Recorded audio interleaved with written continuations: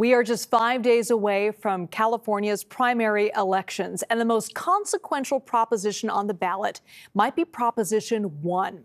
The $6.3 billion bond measure is a key part of Governor Gavin Newsom's plan to create drug and mental health treatment beds. Prop 1 is about breaking through that paradigm. There's two components of this. You got the bond, the $6.4 billion bond, 6.38, that provides for 11,150 new units. Treatment slots, units, actual housing, and 26,700 slots for outpatient treatment. Now, Prop 1 would massively overhaul how the state spends billions in the battle to end the homeless crisis. Critics claim it diverts billions away from already effective mental health services. They're talking about housing and getting people housing, but the bulk of what's going in is going to be to build facilities to warehouse them, hospital beds. Hospital beds are not homes. Now, whatever your stance on Prop 1 is, there's no question the issues of homelessness and substance abuse need to be addressed. I spoke to someone who tragically knows what can happen when the right resources aren't available.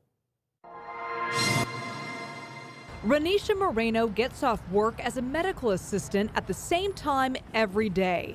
Just as one job ends, You ready? the next one begins. Her life is full. Full is an understatement. I don't know how I complete everything in just one day. But she always finds time to check in with the people who matter the most. It's really important for me to make sure that my kids know that I'm there for them. So I actually play Roblox with them every night, and it's just kind of become our habit, and it's a way for us to connect. So it's like really, that's like when all the secrets come out. She's seen what can happen when that connection is lost. Renisha is one of 5 kids. Growing up, she watched her youngest brother Salim struggle from what she believes was undiagnosed mental illness. And never really got the help that he needed. And part of that was because there were no real resources. The only resources were really punitive. So it never really stuck and didn't really help him.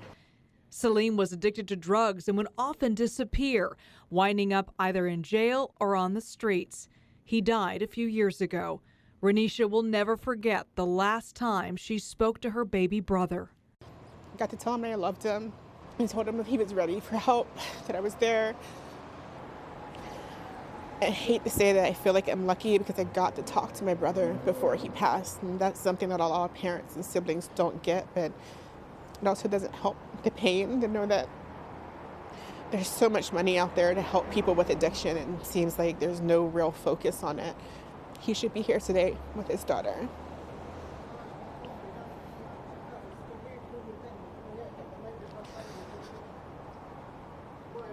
I still miss him.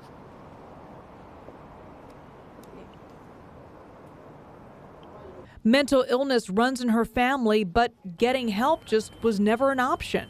I know even for myself, when I originally got my anxiety diagnosis, it was really hard. Like I was just like, no, it's okay. I can manage this on my own. I don't need a therapist.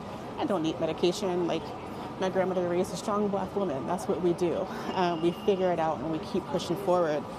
But I think as I dealt with it and then started to see the symptoms in my daughter, that's when I realized it was kind of time to break that generational trauma.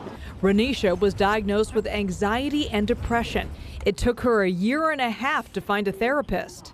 That was probably like the biggest anxiety inducer once I received the diagnosis, because I really wanted someone who I could connect with, who understood my cultural background and why it would be so hard to even accept a diagnosis of anxiety or depression.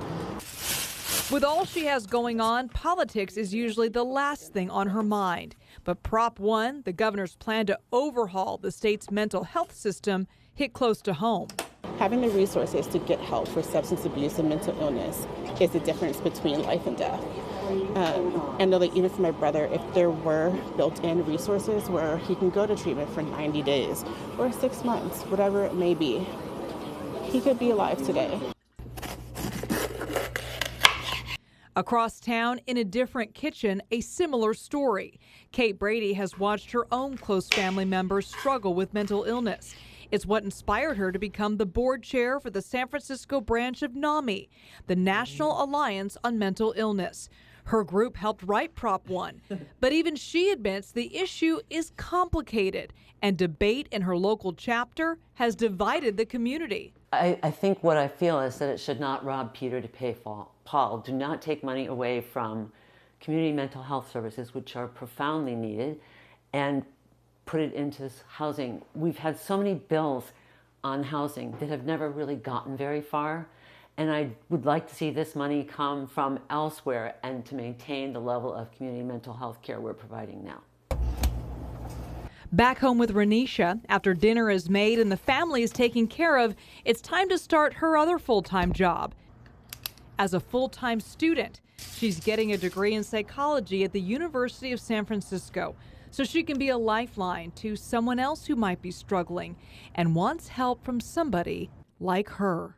It's already hard going to the doctor or to see someone, and when you add in the mental health aspect, it can be very vulnerable. And I want people to know that you can be vulnerable with me, and I'm not going to judge you, because more than likely we had the same childhood and we had the same experiences, and I understand the trauma that comes with that, and I'm hoping that we can overcome it together.